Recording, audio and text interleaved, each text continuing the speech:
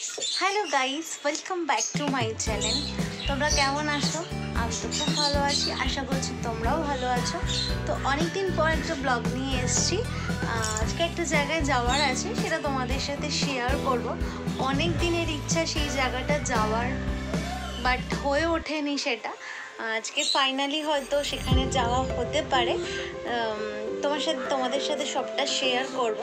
তো এখন স্নান টান করে রেডি হয়ে গেছি, দেন ঘরের পুজো করব, করে আমরা রেডি হয়ে বেরোবো। তো তোমরা সঙ্গে থাকো আর দেখতে থাকো ব্লগটা।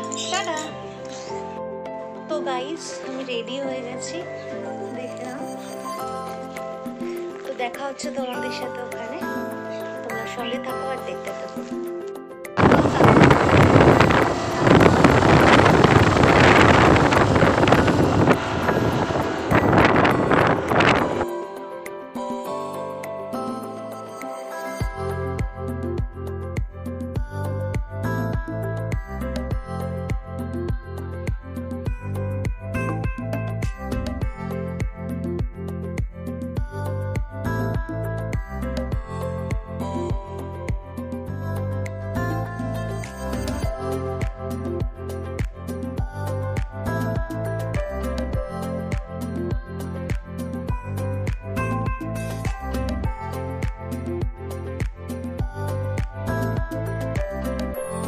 হ্যালো গাইস, তো আমি একটা অনুষ্ঠান বাড়িতে এসেছি আজকে।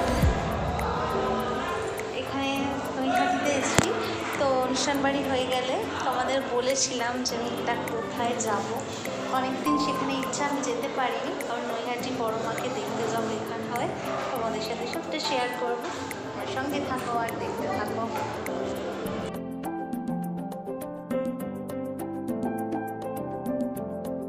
হ্যালো গাইস, আমরা এখন বড়মার দর্শনে যাচ্ছি। তো ওখানে নেমন্তন্ন ছিল, সেটা কমপ্লিট করে দিয়ে আমরা এখন সবাই মিলে যাচ্ছি, ছেলে আমি বর। তো জানি না মন্দিরে আমাদেরকে মাকে দেখাতে পারবো কি না, তো তবুও তোমাদের শেয়ার করার চেষ্টা করবো। তো তোমার সঙ্গে থাকো আর দেখতে থাকো।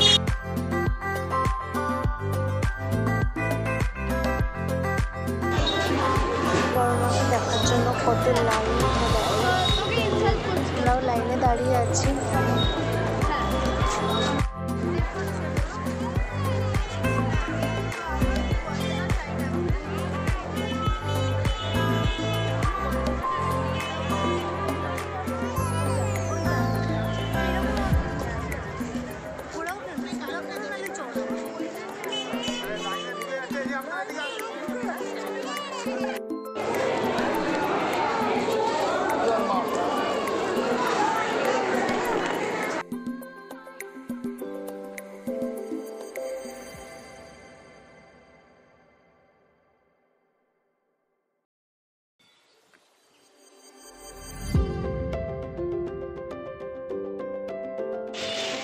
হ্যালো গাইস, বড় মাকে দর্শন করা হয়ে গেল।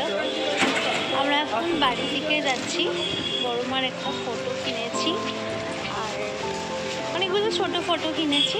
তোমাদের সাথে সবটা বাড়ি গিয়ে দেখাবো। তো আসছি, বাড়িতে ঢুকে আমি তোমাদের সবটা দেখাবো। তোমরা সঙ্গে থাকো আর দেখতে থাকো। ঋষি,